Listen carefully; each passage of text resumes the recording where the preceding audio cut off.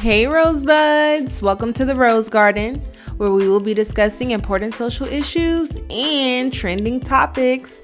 I'm your host, Nyeri Rose.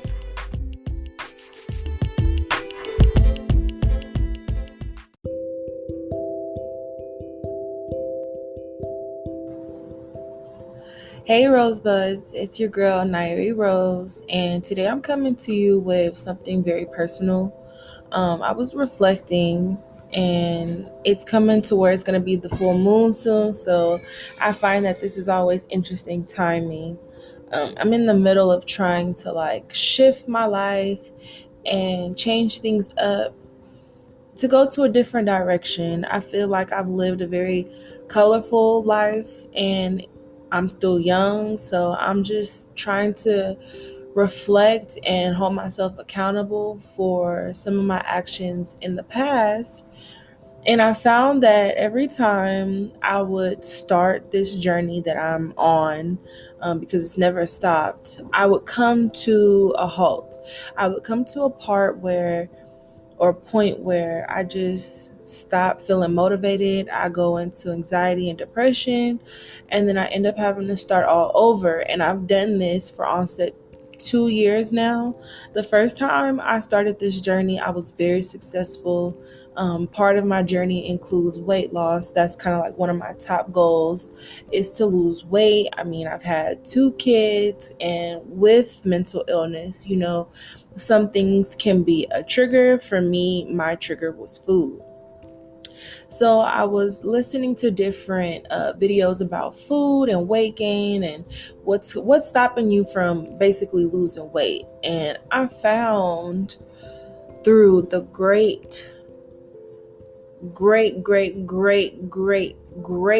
coverings of the Most High, He spoke to me. The Most High spoke to me in a way that I've never felt or encountered before. It was quite powerful and profound. It was like, aha, this is your problem. So I'm just going to get right into it and kind of just talk about my testimony. I'm kind of like going off the top of my head with thoughts. This is still very new to me, so I'm just going to speak, and hopefully I'll be able to listen to this recording myself and reflect from it and see what I can gain from it. Because this is a journey, as I said, and I need to be able to actually say out loud the things that I haven't been able to say to my inner support system and just people that I've encountered in my life over the years. So, okay, let's begin. So I finally realized what's blocking me in my weight loss journey. And I centered a lot of what was blocking me with my ex. And I look at my dating life and I realize I have not had a lot of boyfriends. I've had flings, one night stands, people that I've dated for a little bit of time. But people that I have as exes, like an ex, maybe one or two, three tops. I don't have a lot of exes. And I was sitting there wow. So I see why a lot of the trauma and areas that I need healing come from one particular person. And so I always, when I thought about this person or I thought about our memories together, I would have a lot of anger and I would place a lot of blame. My ex broke up with me. So I was always thinking in my head, this person broke up with me. They broke my heart. Why? How could they do this? And then I would also, because this person never, we didn't just break up we didn't just break up and just never talk again. There have been so many reoccurring instances of communication where it always left me perplexed, why is this person still reoccurring? Why is this person still popping up in my head? Why is this person still popping up in my dreams? What is wrong with me? Is it just me manifesting this person, or is this person manifesting me? Are there such things as soulmates? Are there such things as twin flames? Like, I need to do my research to figure out what's going on. I am an Aries. I am 3 fire signs, rising, moon, ascendant, all that. I'm blazing.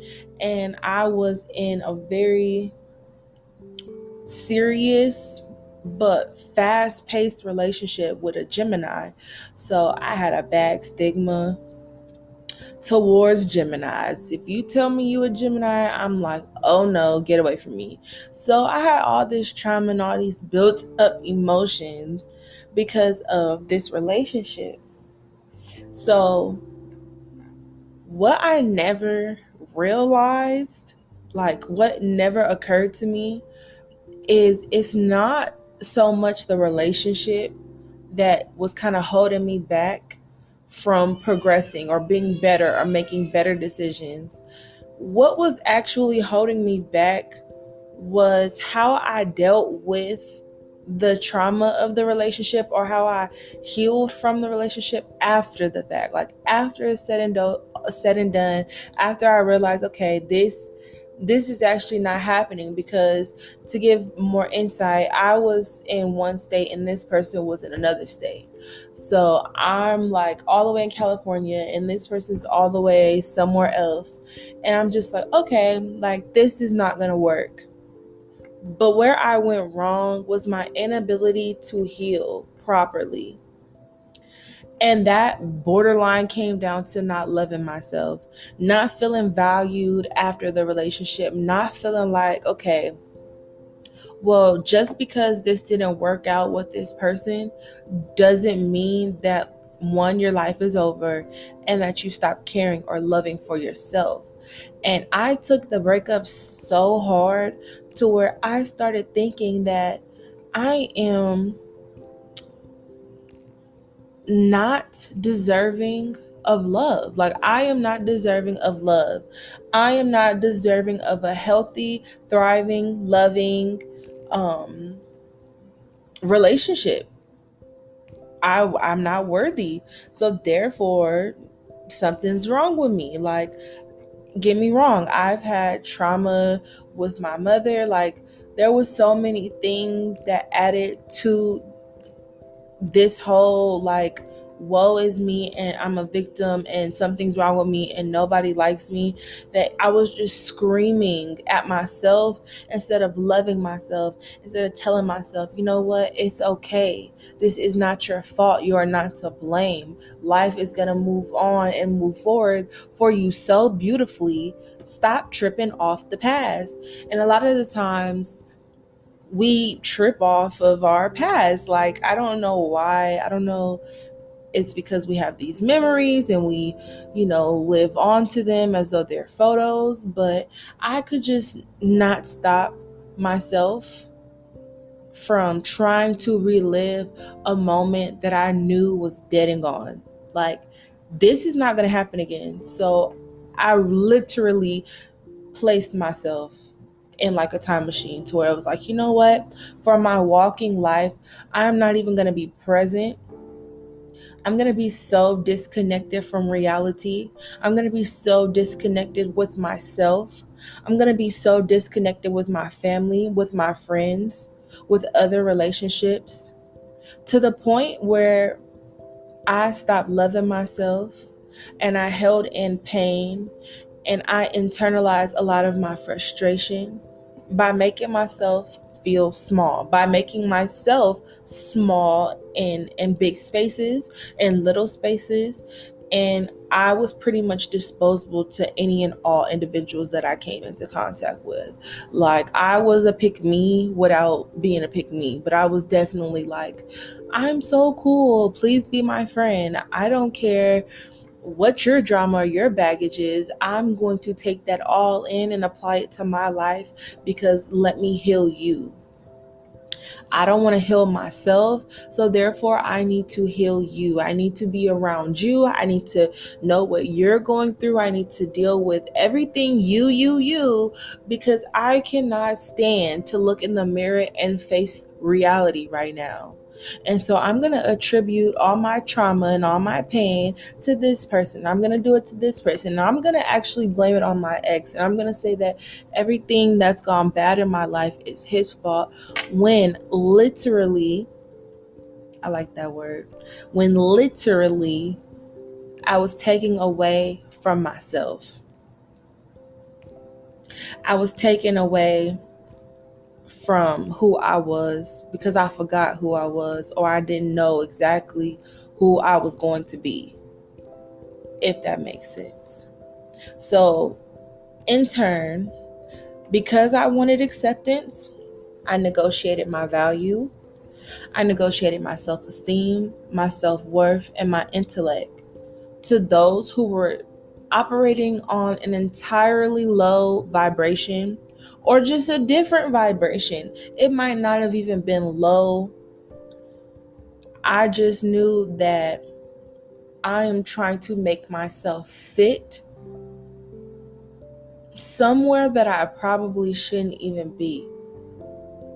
And now that I'm 27 years old, I'm about to be 28 years old really soon. I'm looking at the full spectrum of my life, and I'm looking at how I'm trying so hard and I'm so passionate to reach these goals that I have for myself. But I keep stopping. I keep buying the bag of cookies or the popcorn or the chips, or I'm having, because I have two boys, I keep wanting to drink their Capri Suns and eat their chicken nuggets. And I'm just looking at myself like, wow, so you just fasted for 3 days and you decided to eat that? You decided that after fasting and committing yourself, or lying to the Most High by saying you're going to commit yourself and abstain from poison and abstain from preservatives and abstain from carbs, high carbs, and all these things that can actually negatively affect you, your mind, your body, your spirit, your soul. It could disrupt everything, create brain fog. Like, you're going to sacrifice that for something to eat? Seriously? Why did we come this far for you to do that? Why would you come this far? Why would you go hard in the gym for 2 weeks straight and then decide, I'm gonna have 4 slices of pepperoni Pizza Hut pizza? Like, and I know that I'm saying this and I'm tempting the next, but no, I need us to start holding each other accountable for the mistakes that we make, because those mistakes are freaking costly. Like, those mistakes are so costly to where I had a oops.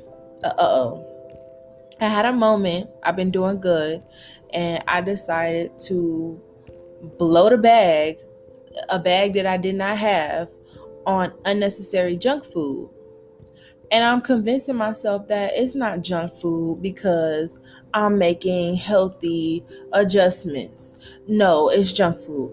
So I decide that I'm going to eat what I want to eat, because that's pretty much what I'm doing. I'm being gluttonous, I'm being greedy, and I'm being selfish. And I'm losing my sense of self and discipline. I'm going to eat these things, and then I'm going to get back to my regularly scheduled program and work out. Most High said, no, ma'am. No, you're not.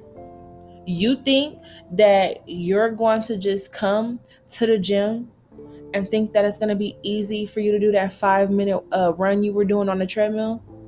Oh, you think that you're going to go to the lap that you've been at your job, because I work at a high school. So shout out to all the high schools that have, bomb track and field and laps at their school, because literally that's what I'm using to change my life here. So you mean to tell me that you think you're going to eat whatever you want and you're going to come on this lap, on this track, and do these laps like you was doing, and you think it's going to be a breeze? No, ma'am, it's not. It's not. We're holding you accountable. You decided to cheat. I'm literally a cheater because I'm stepping outside of what's uncomfortable to satisfy my comfortability. And that's not okay.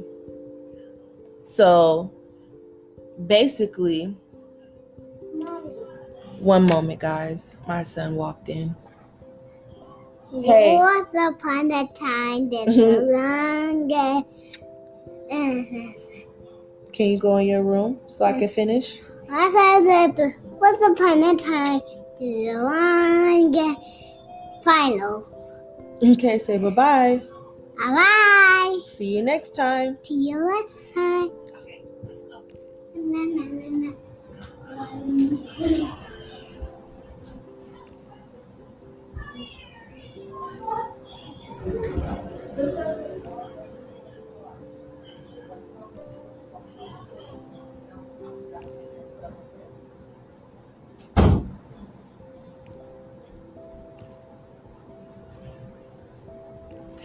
Okay, sorry for the pause break. I hope you got some water. I hope that you figured something out because I definitely had to go get him back in the room. But basically, because I got to wrap this up now, basically all I'm saying is I made mistakes throughout the whole entire journey because it's just now that I want to change when literally I've wasted 10 years of my life being stuck in the past and trapping myself in a moment of time to where I'm blaming everyone else. Because guess what? Nobody's perfect, and the Most High did not make people equal. People are not going to be on the same level as you.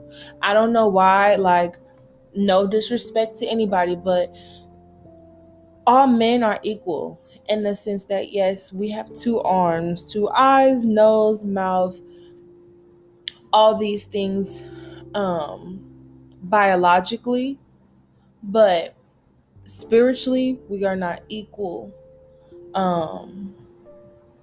People in their religions are not equal. People in their sexual orientations are not always equal. We are not equal in a lot of different ways. But the one thing that we need to be understanding of is the universal language of love and kindness and what that looks like.